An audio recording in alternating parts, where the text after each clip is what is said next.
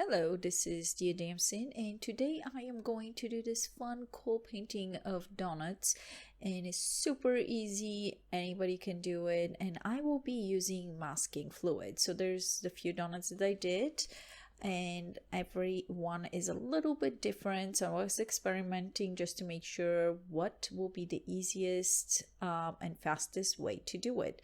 So I will sketch real fast, and it's two circles, small circle and bigger circle on the outside. Then I'm going to create this uneven shape on the inside circle, and after that I will put my sprinkles. Depends on what I want. Do I want M&Ms or just normal fun confetti type of sprinkles? So once I'm done with that, I will use masking tape and cover those sprinkles with the masking tape. If you decide to do an M&M, just do masking tape on top of the M, not the whole circle. You are going to wait for this to dry, and once it dries completely, you're ready to start painting. Don't use your good brushes for the masking tape because your masking tape will ruin the brush. I will start with that ochre, beigey, and brown color for the braidy part and just fill it in simply. Drop a few colors or same color but just a little bit deeper hue on a few locations just to make it look more three-dimensional. And the next part will be adding the shadow. I did a shadow as kind of the second part of the painting, or right at the beginning or right at the end, and it seemed to be the easiest to do in the beginning. So either your shadow is going to be first or second in line to do. And what I do with the shadow is sometimes I do it purplish, more bluish purplish, and sometimes I do it blue with a little bit of black in it.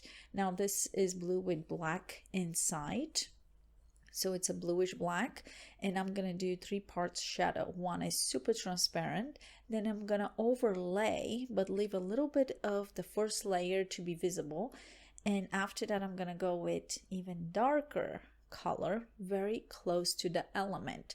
So you're gonna have 3 parts shadow. You can do it with 2 parts or 3 parts. It just looks a little bit better and increases the three-dimensional look. Okay, so the next part will be choose your color for the frosting. And once you start painting the frosting, because you have the masking tape there, you will feel a little bit of resistance with your brush, with your bristles on your brush. So don't rub too hard. Use it very gently, glide over, because otherwise you're going to take this masking tape off. I am going to do a little bit more emphasis with the color on the closer to the outside circle and closer to the inside circle, and you can observe and see how that happens. The reason why I will leave a lighter area in the center of the donut, and center is going to be the area between the 2 circles, is because I want to create that illusion of lift. I want this part to look like it's closer to me. I want to make sure that I'm making this illusion, creating this illusion of three-dimensional piece, and that part is higher, so it will get more shine or more highlights in this case. Now the same thing as the shadow, I am doing the color of the donut 3 parts. So we have the very light kind of in the center between the 2 circles, and then we have a little bit lighter and or not so light comparing the center, and then much darker on closer to the outside circle and very close to the inside circle. I will add a tiny bit of shadow while the donut is still wet, or that area with the pink is still wet, around those sprinkles, and that's going to give me even more illusion of a three-dimensional piece. Now if you cover some area a little bit more with paint than you want to, and your little highlight is starting to disappear, clean your brush and do a lift, which I'm doing right now. And I'm cleaning my brush, lift a little bit, clean my brush and lift a little bit. So I'm taking part of that paint away. Now, if you don't have watercolor paper, that's a part that you can start seeing the breaking of the paper. So make sure you have a watercolor paper when you're doing this. And now you can see how those three different colors, three different hues for the pink is creating more three-dimensional look. And it's not even because the top of our donut is not even, so it makes it super easy and a lot of fun. And so we're gonna just take a little bit more paint from the center. I want to give a little bit of shine there.